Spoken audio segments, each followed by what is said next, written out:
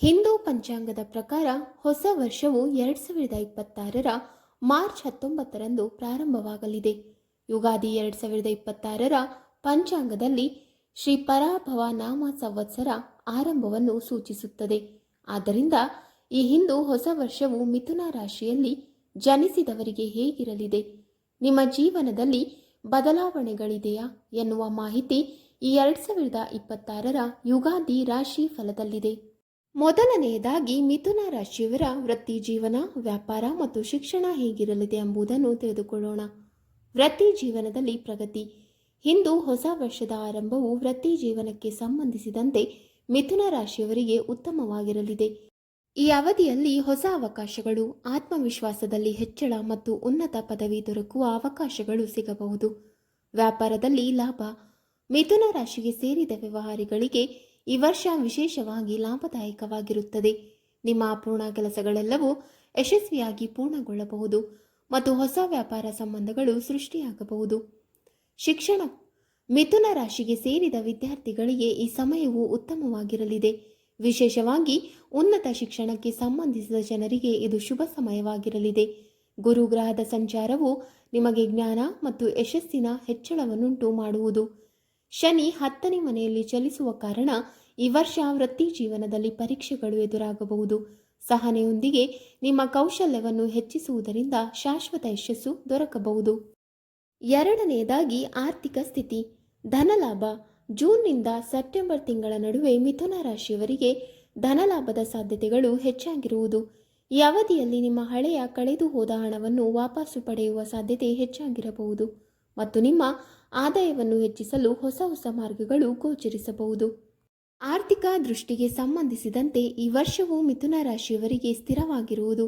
ಇದರಿಂದ ಭವಿಷ್ಯಕ್ಕೆ ಸಂಬಂಧಿಸಿದಂತೆ ಉತ್ತಮ ಉಳಿತಾಯವನ್ನು ಮಾಡಲು ಸಾಧ್ಯವಾಗಬಹುದು. ಮೂರನೆಯದಾಗಿ ಪ್ರೀತಿ ಮತ್ತು ವೈವಾಹಿಕ ಜೀವನ. ಅನುಕೂಲಕರ ಸಂಬಂಧ. ಮಿಥುನ ರಾಶಿಗೆ ಸೇರಿದ ಜನರ ಪ್ರೇಮ ಜೀವನದಲ್ಲಿ ಗುರುಗ್ರಹದ ಸಕಾರಾತ್ಮಕ ಪ್ರಭಾವವನ್ನು ನೋಡಬಹುದಾಗಿದೆ. ಇದರಿಂದಾಗಿ ಸಂಬಂಧಗಳಲ್ಲಿ ಮಾಧುರ್ಯ ಹೆಚ್ಚಾಗಬಹುದು. ಜೂನ್ ತಿಂಗಳ ಮೊದಲು ನಿಮ್ಮ ಮಾತಿನ ಮೇಲೆ ನಿಯಂತ್ರಣವನ್ನು ಹೊಂದುವುದು ಉತ್ತಮ. ತಪ್ಪು ತಿಳುವಳಿಕೆ ಮತ್ತು ಕೆಟ್ಟ ಶಬ್ದಗಳ ಬಳಕೆಯಿಂದಾಗಿ ಸಂಬಂಧಗಳಲ್ಲಿ ಒತ್ತಡ ಹೆಚ್ಚಾಗಬಹುದು. ವರ್ಷದ ಆರಂಭದಲ್ಲಿ ನಿಮ್ಮ ಪ್ರೇಮ ಸಂಬಂಧಗಳು ಬಲಗೊಳ್ಳಬಹುದು. ಪ್ರೇಮ ಸಂಬಂಧಗಳಲ್ಲಿ ನಿಧಾನವಾಗಿ ಗೌರವ ಹೆಚ್ಚಲಿದೆ ಮತ್ತು ಸ್ನೇಹದಿಂದ ಪ್ರೀತಿಯ ಸಂಬಂಧ ಮತ್ತಷ್ಟು ಗಾಢವಾಗಬಹುದು. ಮೇ ನಂತರ ಕುಟುಂಬದ ವಾತಾವರಣ ಹೆಚ್ಚು ಶಾಂತಿಯಿಂದ ಕೂಡಿರುವುದು ಮತ್ತು ಒತ್ತಡ ಕಡಿಮೆಯಾಗುತ್ತದೆ. ನಾಲ್ಕನೆಯದಾಗಿ ಆರೋಗ್ಯ. ಹಿಂದೂ ಹೊಸ ವರ್ಷದ ಆರಂಭದೊಂದಿಗೆ ಕೇತು ಗ್ರಹದ ಪ್ರಭಾವದಿಂದ ಮಿಥುನ ರಾಶಿಯವರ ಏಕಾಗ್ರತೆ ಕಡಿಮೆಯಾಗಬಹುದು ಮತ್ತು ಮಾನಸಿಕ ಒತ್ತಡ ಹೆಚ್ಚಾಗುವ ಸಂಭವ ಸಾಕಷ್ಟು ಹೆಚ್ಚಾಗಬಹುದು. ವರ್ಷದ ಮಧ್ಯದಲ್ಲಿ ಕೆಲಸದ ಒತ್ತಡದಿಂದ ದಣಿವು ಮತ್ತು ನಿದ್ರೆ ಹೀನತೆ ಸಮಸ್ಯೆ ಉಂಟಾಗಬಹುದು. ಇದರಿಂದಾಗಿ ನಿಮಗೆ ಹೆಚ್ಚಿನ ಶಾರೀರಿಕ ಸಮಸ್ಯೆ ಕಾಡಬಹುದು. ಕೆಲಸದ ಒತ್ತಡದಿಂದ ದಣಿವು ಉಂಟಾಗಬಹುದು. ಆದ್ದರಿಂದ ನಿದ್ರೆ ಮತ್ತು ಆಹಾರವನ್ನು ನಿರ್ಲಕ್ಷಿಸಬೇಡಿ. ವಾಕಿಂಗ್, ಸರಳ ಆಹಾರ ಮತ್ತು ಸಾಕಷ್ಟು ನೀರು ನಿಮ್ಮನ್ನು ಸಮತೋಲನದಲ್ಲಿರಿಸಬಹುದು. ಮೇ ನಂತರ ಮಾನಸಿಕ ಒತ್ತಡ ಕಡಿಮೆ ಆಗುತ್ತದೆ ಮತ್ತು ದೇಹವು ಬೇಗನೆ ಚೇತರಿಸುವುದು. ಐದನೆಯದಾಗಿ ಮಿಥುನ ರಾಶಿಯವರಿಗೆ ಪ್ರಮುಖ ಸಲಹೆಗಳು. ನಿಮ್ಮ ಅದೃಷ್ಟವನ್ನು ಹೆಚ್ಚಿಸಲು ಬುಧ ಮಂತ್ರವನ್ನು 108 ಬಾರಿ ಜಪ ಮಾಡಿರಿ. ಹನುಮಾನ್ ಚಾಲಿಸವನ್ನು ಪ್ರತಿದಿನ ಪಠಿಸುವುದು ಶುಭವನ್ನುಂಟು ಮಾಡಬಹುದು. ಪ್ರತಿ ಬುಧವಾರ ಹಸಿರು ಹುಲ್ಲನ್ನು ಹಸುವಿಗೆ ತಿನ್ನಿಸಿರಿ. ಬೆಳಗಿನ ಜಾವ ಸೂರ್ಯ ದೇವನಿಗೆ ತಾಮ್ರದ ಪಾತ್ರದಲ್ಲಿ ನೀರು ತುಂಬಿಸುವ ಮೂಲಕ ಅರ್ಘ್ಯವನ್ನು ಅರ್ಪಿಸಿರಿ. ಈ ಅವಧಿಯಲ್ಲಿ ಹಣಕಾಸಿನ ವಿಷಯವಾಗಿ ಬಹಳ ಜಾಗರೂಕರಾಗಿರಿ ಮತ್ತು ಅನಗತ್ಯ ಅಪಾಯಗಳನ್ನು ತಪ್ಪಿಸಿ. ನಿಯಮಿತ ವ್ಯಾಯಾಮ ಮತ್ತು ಸಮತೋಲಿತ ಆಹಾರದ ಮೂಲಕ ಆರೋಗ್ಯಕ್ಕೆ ಹೆಚ್ಚಿನ ಆದ್ಯತೆ ನೀಡಿ. ತಪ್ಪು ತಿಳುವಳಿಕೆಗಳನ್ನು ದೂರ ಮಾಡಲು ಸಂಬಂಧಗಳಲ್ಲಿ ಮುಕ್ತ ಸಂವಹನವನ್ನು ಹೊಂದುವುದು ಮುಖ್ಯ. ಮಿಥುನ ರಾಶಿಯವರು ಈ ಸಮಯದಲ್ಲಿ ಮಾಡಬಹುದಾದ ಕೆಲವು ಪರಿಹಾರಗಳು.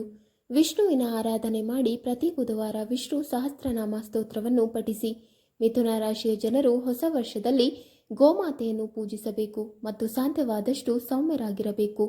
ದೇವಸ್ಥಾನಗಳಿಗೆ ನಿಯಮಿತವಾಗಿ ಭೇಟಿ ನೀಡಿ ಮತ್ತು ಪೂಜೆಗಳನ್ನು ನೆರವೇರಿಸಿ. ಹೊಸ ವರ್ಷದಲ್ಲಿ ಕನಿಷ್ಠ 10 ಅಂಧರಿಗೆ ಆಹಾರ ನೀಡಬೇಕು. ನಿಮ್ಮ ಶಕ್ತಿಯನ್ನು ಮತ್ತು ಸಾಮರ್ಥ್ಯವನ್ನು ಅನುಸರಿಸಿ ಆಹಾರವನ್ನು ದಾನ ಮಾಡುವುದು ಶುಭ ಫಲವನ್ನು ನಿಮಗೆ ನೀಡಲಿದೆ. ಧರಿಸಬೇಕಾದ ರುದ್ರಾಕ್ಷ. ನಕಾರಾತ್ಮಕ ಪರಿಣಾಮವನ್ನು ಕಡಿಮೆ ಮಾಡಲು 10 ಮುಖಿ ರುದ್ರಾಕ್ಷಿಯನ್ನು ಧರಿಸಿ. ಧರಿಸಬೇಕಾದ ರತ್ನ. ಬುಧವಾರ ಪಚ್ಚೆ ಧರಿಸಿ ವಿಷ್ಣು ದೇವನನ್ನು ಪೂಜೆ ಮಾಡಿ ಅಥವಾ ಏಕಾದಶಿಯಂದು ಉಪವಾಸವನ್ನು ಆಚರಿಸಿ. ವೀಕ್ಷಕರೇ, ನಿಮಗೆ ಈ ಮಾಹಿತಿ ಇಷ್ಟವಾದಲ್ಲಿ ವಿಡಿಯೋಗೆ ಲೈಕ್ ಮಾಡಿ, ಶೇರ್ ಮಾಡಿ ಹಾಗೂ ಕಮೆಂಟ್ ಮಾಡಿ. ಇಂತಹ ಮುಂದಿನ ವಿಡಿಯೋಸ್ಗಳಿಗಾಗಿ ನಮ್ಮ ಚಾನಲನ್ನು ಸಬ್ಸ್ಕ್ರೈಬ್ ಮಾಡಿ. ಧನ್ಯವಾದಗಳು.